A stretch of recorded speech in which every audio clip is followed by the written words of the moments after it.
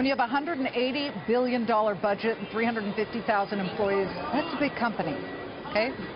350,000 employees, it's like getting up into Walmart and Berkshire Hathaway territory. That's the VA, the Veterans Administration, and it is not working smoothly. By many metrics, it's a mess. Donald Trump says enough. When he becomes president, January 20th, he says he wants to change it. He had just dropped this rather big bombshell saying possible privatization, meaning take it away from the government and give it to the private sector. Is that a good thing? Let's bring in retired Army Staff Sergeant Anthony Cala. He knows the VA all too well. 3 tours of duty in Iraq. He was hit by an improvised explosive device on his last tour, suffered traumatic brain injury, had to deal with the VA. He joins us now along with Lieutenant Colonel Alan West, who joins us once again, and we appreciate his perspective because he's a former congressman and had to deal with the VA himself. First to you, Anthony, thank you so much for joining us. What was your experience with the Veterans Administration and the VA hospital when you came back from serving in Iraq?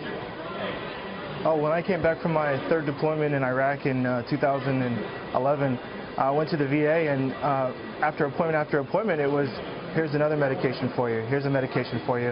I think when I was all over and done with, after being to the VA a total of 20 times over a period of 3 months, I had a total of 12 medications. So when I got hired from a software company and had private insurance, I cut down 12 medications to only 2.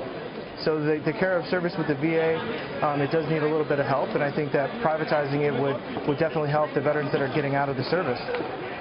Well, do you think that privatizing it might have its downsides? You know, there are some people who are concerned about that. When you put in the almighty dollar, there are unintended consequences where that sort of power toward profit sometimes leaves the actual patient behind. Do you foresee any of that issue? I mean, I think with anything that you do new, I think there's always going to be issues, but I think for the 1% of military service members that have served this country, to give them a choice of whether or not they can go to the VA or go see a private doctor and get that personal care.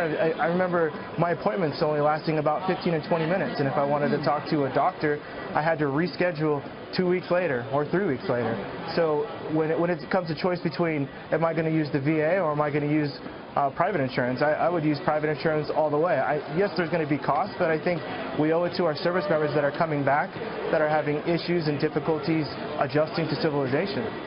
Colonel West, listening to Anthony Cala's story is extremely frustrating. In fact, it's maddening to those of us who really feel that these people deserve Gold Star care, Platinum Star care. Why can't the VA get it right? And maybe we don't need to sit there and mull why they can't get it right. Maybe Donald Trump's suggestion is a better way. What do you, as a member of the Veterans of Foreign Wars and a former congressman, say about privatizing? Well, one of the things you have to come to understand is that you're talking about an ideological issue, because this is the single-payer system that a lot of people don't want to admit has failed. And when you look at the 21 different regions, what they call the Veterans Integrated Service Networks, we need to look at each and every one of those regions and come up with better public-private partnerships so that someone like Anthony does not have to wait for an appointment.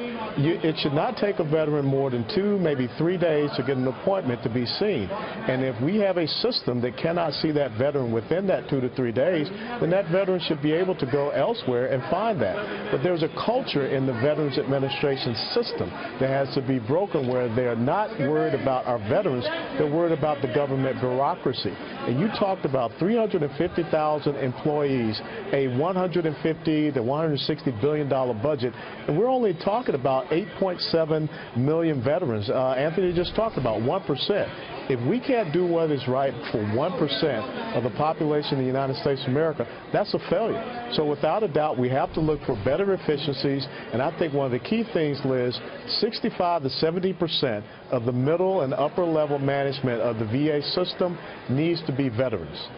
Sergeant Cala, you, I agree 100%. You've been lucky enough to work for a private company now that takes, as I understand it, much better care of you with their health insurance. What do you feel in your heart for those veterans, millions of them, who do not have that luxury? What's your thought to them? Well, first, I'm saddened that I get a choice of whether I want to use my private insurance with my company or go to the VA. I have quite a few friends all over Florida and Washington that have used the VA, and they say the care is great. Then I have other friends that say the care isn't great. I just want veterans after me that come out of service to be able to be treated fairly.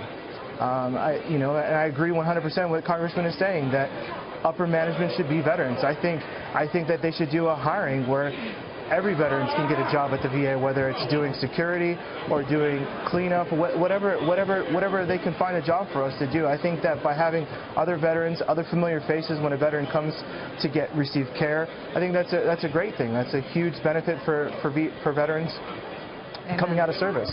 Yeah, listen, we appreciate hearing your very personal story. It's great to see you. Thank you so much. Staff Sergeant Anthony Cala and Colonel Alan West. Great to see both of you. Thank you very much. Happy holidays. Happy holidays. Happy New Year. Thank you. Thank you. To you too. And thank you both for your service.